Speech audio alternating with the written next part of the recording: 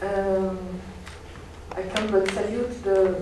voudrais saluer la présence parmi nous de Angelica Sagar et Kudo Ishun, donc de l'hôtel du groupe, qui sont là et qui donc, sont très proches de Anand et dont le point de vue va nous être précieux dans cette discussion. Mais on va les laisser arriver parce qu'ils arrivent juste au festival à l'instant. Donc est-ce que dans la salle il y a des remarques, des questions pour Anand? La situation dont il est rendu compte dans le film et pour donc des consciences occidentales complexes, mais je crois que voilà, les questions sont là. Je parle très fort. Il n'y a pas de micro dans la salle. Ben, écoutez, allez-y, puis je vais essayer d'en trouver un. En attendant, je vous laisse dire traduire. Il faut parler un peu fort. D'accord.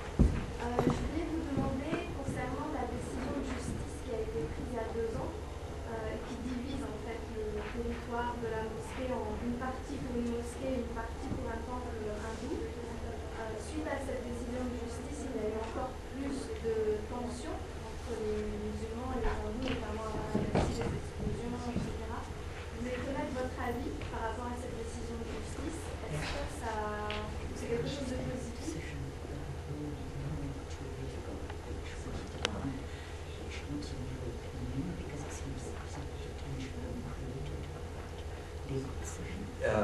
Yeah, the question is about the court case that was recently in the Allahabad High Court.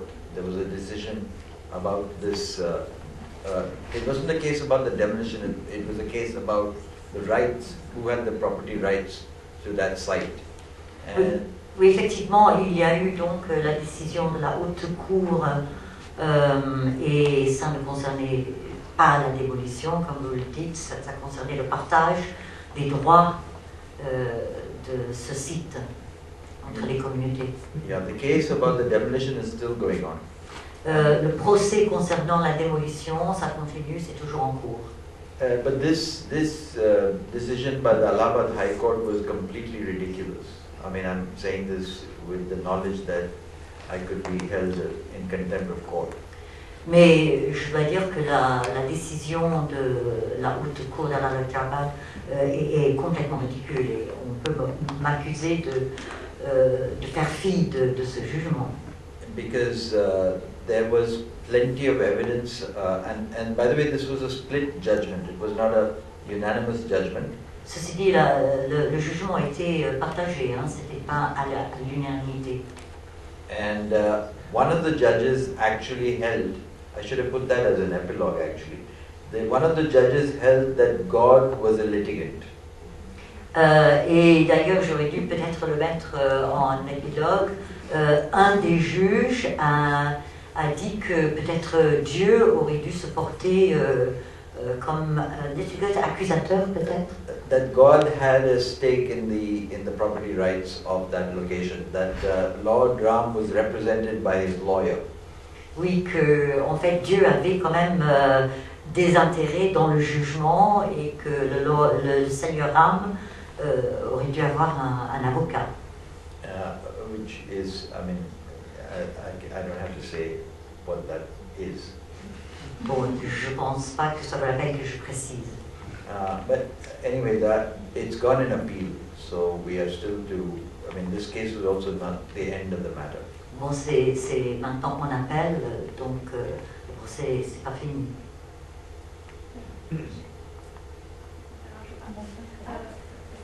She also wanted you to say a word about how you felt the division, the community tensions. The community tensions.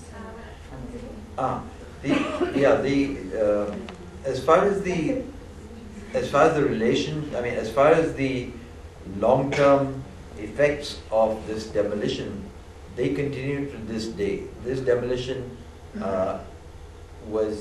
has been a disaster in the region because it led to violence at that time, not only in India, but in Bangladesh and in Pakistan. There was revenge violence against the Hindu minorities and against Hindu temples, because in India the Muslim mosque was attacked, Muslim community was attacked, and in these neighboring countries it was in reverse. So the entire region was destabilized, and hatred between Hindus and Muslims has continued to this day. And then, even I'm sorry, I'm taking. La démolition, enfin les retombées de la démolition continuent jusqu'à aujourd'hui. Ça s'est répandu vraiment au-delà des frontières indiennes. C'est vrai qu'il y a eu des violences contre les musulmans en Inde, la destruction de mosquées, mais au Bangladesh et au Pakistan, c'était le contraire. En fait, il y a eu la violence contre les minorités hindoues. And even if you look at what happened in 2002 in Gujarat, which was where Narendra Modi is the chief minister, and again the Muslim minorities were attacked and massacred. This was also linked to the demolition of the Babri Mosque, because the trigger for that event was that there were pilgrims who went to see the new temple and were returning, and then they got attacked supposedly by Muslims. Even that is probably a fiction. Et quand on regarde par exemple en 2002, la violence au Gujarat, aussi ça c'est une conséquence directe de la démolition de la mosquée Babri. C'était apparemment au moment où il y a eu des pèlerins qui sont allés visiter le nouveau temple hindou, et puis ils étaient en train de retourner chez eux quand ils se sont fait attaquer par les musulmans. But this is real? It's not in 2002, 58 car sevaks, people who had gone to visit that site, were returning by train, and that their compartment was set on fire or caught fire accidentally, we don't know. But those 58 people were killed, and in retaliation, almost 2,000 Muslims were killed in Gujarat.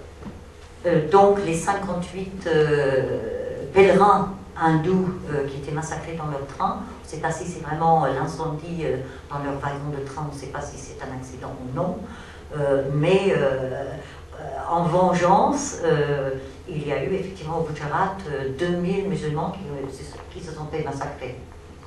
And even this 92 attack on the mosque was followed at the end of 92 and the beginning of 93 by riots all over India. In Mumbai especially, there were a lot of violence against the Muslim community, and a few months later, Muslim terrorists set bombs in Bombay in which 300 people were killed. So it's an ongoing process. Oui, en fait, les conséquences continuent sans arrêt. Par exemple, après le 92, la destruction de la mosquée, il y a eu de la violence un peu partout en Inde, notamment à Mumbai, où il y a eu un massacre de 3000, à peu près 3000 musulmans. Et par la suite, quelques semaines après, il y a eu des bombes posées à Mumbai par les musulmans qui ont fait peut-être 300 morts. Mais ça continue. Alors, par rapport à ça, je voulais vous poser juste une deuxième question. Est-ce que vous pensez que l'éveil d'une conscience politique forte chez les Basques pourrait porter peut-être une solution dans les tensions interreligieuses dans le monde? Yeah, do you think that now that a kind of political and growing political awareness amongst the pilgrims, do you think this can So do you think you could say the question in English, because we don't speak French? Ah, okay. Yeah, Right. What I think the young lady wants to know is, do you think that nowadays there's a growing political awareness of the people, of the religious fanatics? Is that it? Of the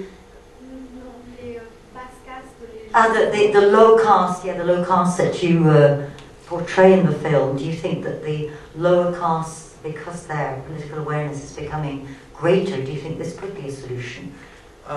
In those days, that was what I was pointing at, that people who were not upper caste were not part of the Hindu revival process, and they were the people who had the secular voice, who were talking the voice of reason. Today it's a little more complicated, but I think you have to wait to see Jai Bhim Comrade to get into that discussion in greater detail, which is a film about caste. Oui, je pense qu'effectivement, c'est comme je constatais lors de la réalisation de ce film, c'est les castes basses qui ont en quelque sorte la voix, qui sont la voix séculaire, à les castes hautes. Mais je pense que pour peut-être poursuivre cette réflexion plus loin, il faut voir mon dernier film qui traite exactement de cette problématique-là, les castes basses. But to put it in a nutshell, the right wing, the Hindu right wing, learns very quickly. So they learned from the fact that in 1990s they didn't have a major women's wing. They were largely a male grouping. They were also largely an upper caste grouping, at least in their leadership certainly. But they have learned to mobilize with the communities that they were weaker in. So they've spent a lot of energy recruiting amongst the indigenous people, the tribal population, and also amongst the people of lower caste. So they are trying to win over sections of the lower caste. Effectivement, l'aile droite des hindous, du mouvement hindouiste, a pris quand même en tant que stratégie. Ils se sont rendus compte que pendant les années 90, ils n'ont pas fait grand appel, par exemple, à une participation féminine. Et parmi leurs chefs, en fait, c'était surtout les castes hautes qui étaient dans des positions dirigeantes. Donc maintenant, ils ont un peu aligné leur stratégie pour faire participer beaucoup plus les populations tribales, les indigènes, les castes basses, pour étoffer leur mouvement. Yeah, and as I said, they are sophisticated. What you saw in this film was early days when they were coming to power. As a result of this demolition, they actually did come to power. They kept growing in number and finally they became the government. Et il faut dire que ce qu'on voit dans le film, enfin, c'était vraiment tout au début de leur mouvement. Mais après, suite à la démolition, ils ont gagné beaucoup en popularité et ils ont pris la tête du gouvernement finalement. And then after they came to power, people began to see over time that they were just as corrupt as the people that they had replaced. And so there was a kind of disillusionment with the right wing. And then the Congress came back to power. And today, the Hindu right wing is the largest opposition and not the government. Mais en fait, après leur prise de pouvoir, les gens se sont rendus compte qu'ils étaient aussi corrupts que ceux qui les ont précédés. Et donc finalement, ils se sont fait battre par le parti du Congrès. Aujourd'hui, néanmoins, ils forment le plus grand parti d'opposition, pas le gouvernement. Oui, merci pour ce film terrifiant. Moi, je suis intéressé de savoir ce qu'est devenu ce personnage qui est interviewé, qui est un homme de gauche, qui a parlé à la population et qui est si pessimiste. Est-ce qu'il a été assassiné lui aussi ou est-ce qu'il a continué sa carrière? Thank you for this very terrifying film. I have one question concerning the leftist politician that we see talking, and I'd like to know actually what happened to him. Was he also assassinated, or what happened to his career? No, he's still alive. He's still in the party, but he's pretty old now. This film is already 1990. So how many years is that? 23 years. So he's still sort of an elderly statesman in the Communist Party. Non, en fait, il est toujours en vie, mais il y a 23 ans que j'ai réalisé le film, donc il est assez âgé maintenant, mais il est toujours très actif dans le Parti communiste. But the elected communist parties, and there are at least two major ones, are pretty weak. sauf que les deux principaux partis communistes ont assez faibles. Alors je suis désolée, I think there was a hand in the oui, je back. vais passer le micro pour la dernière question parce que après on doit laisser la salle. Je vais poser ma question en anglais. I think that the document's very remarkable and I really learned a lot of things I didn't know. But I feel that we need to contextualize this violence that you mentioned. First of all, there is a long history in India of Hindu-Muslim conflicts. So it's not quite correct to say that this single event has led to a cascading series of violences. I feel that this historical fact needs to be kept in mind. So to talk only about Hindu-Muslim amity and cooperation and happy friendship is just part of the reality. Est-ce que vous voulez retraduire ce que vous avez dit Oui, en oui, français je ou peux je tout le à fait fais faire ça. Mais en résumé, hein, parce que c'est la dernière question. En fait, je veux dire qu'il faut contextualiser ce qui a été dit dans le film et par la suite par les remarques de M. Patwardhan sur les violences qui ont suivi cet acte, cette rupture à Ayodhya. Parce qu'en fait, il y a une longue histoire de conflits entre des musulmans et des hindous et beaucoup d'émeutes dans l'Inde entier qui ont précédé cet événement et qui ont aussi suivi cet événement, qui n'ont pas un rapport direct avec cela. Et vous avez une question par rapport à ça? Vous voulez savoir sa réaction non, à ça? c'est une... En fait, oui, j'aimerais sa réaction. Deuxièmement, j'aimerais finir avec... avec un deuxième point qui est aussi lié au fait qu'il y a quand même un contexte global d'islamisme qui aussi induit beaucoup de tensions, donc ce n'est pas exact de dire qu'il y a cet événement qui a aussi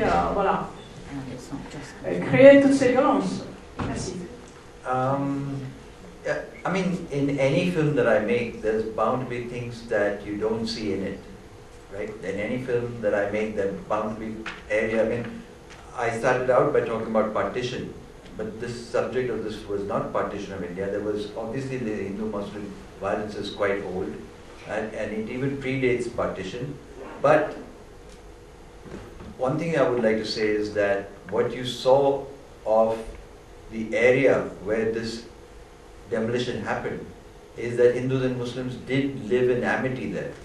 And you see that in many parts of India, that especially in the countryside, especially in many parts, people have adjusted to their neighbors being of different religions. And it takes an outside element to exaggerate the differences and to create the violence that we now see. And so... Yeah. Oui, bien sûr, en fait, vous n'avez pas vu tout dans ce film. Dans tout film, on ne voit pas tout. Mais quand j'ai commencé à présenter le film, j'ai parlé de la partition, effectivement, et ça prédate la démolition. Il y a eu des violences avant. Mais il faut noter une chose, c'est-à-dire que dans la région où la démolition a eu lieu, dans la campagne aux alentours, il est vrai que les musulmans et les hindous vivaient paisiblement ensemble. Et c'est très souvent le cas, même par ailleurs en Inde, en fait.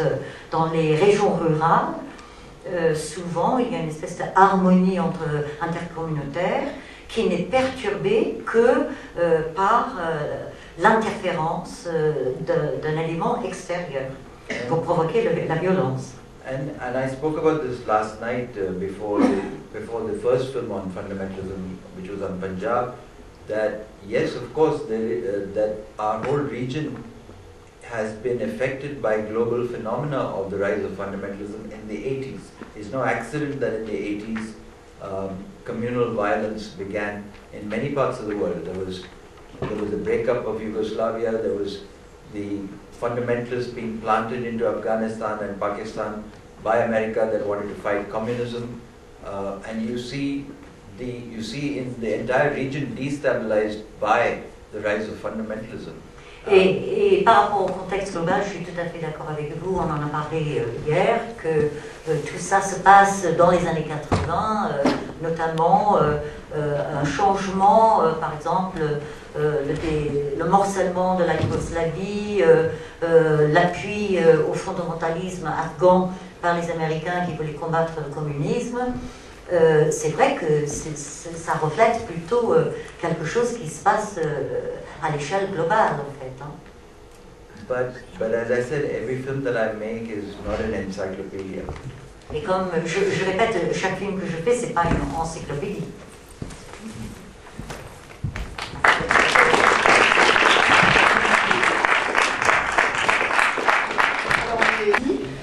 On aura une plage de 3 heures pour la masterclass de Anand, donc on aura tout le temps de lui poser des questions. Et à 19h30 ce soir,